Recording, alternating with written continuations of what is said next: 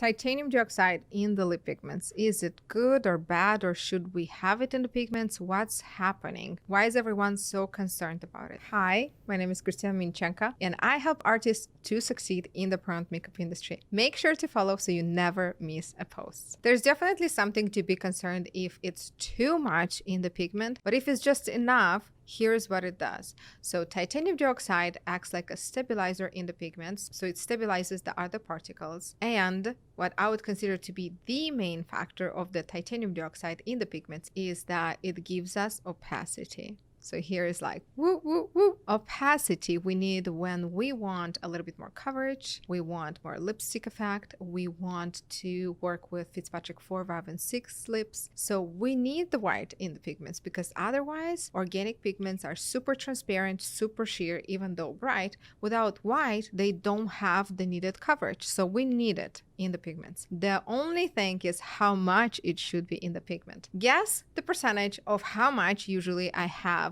the titanium dioxide in my mixes. Is it 5, 10, 20, 50%? What do you think? Let's have it in the comments. Let's start this topic in the comments.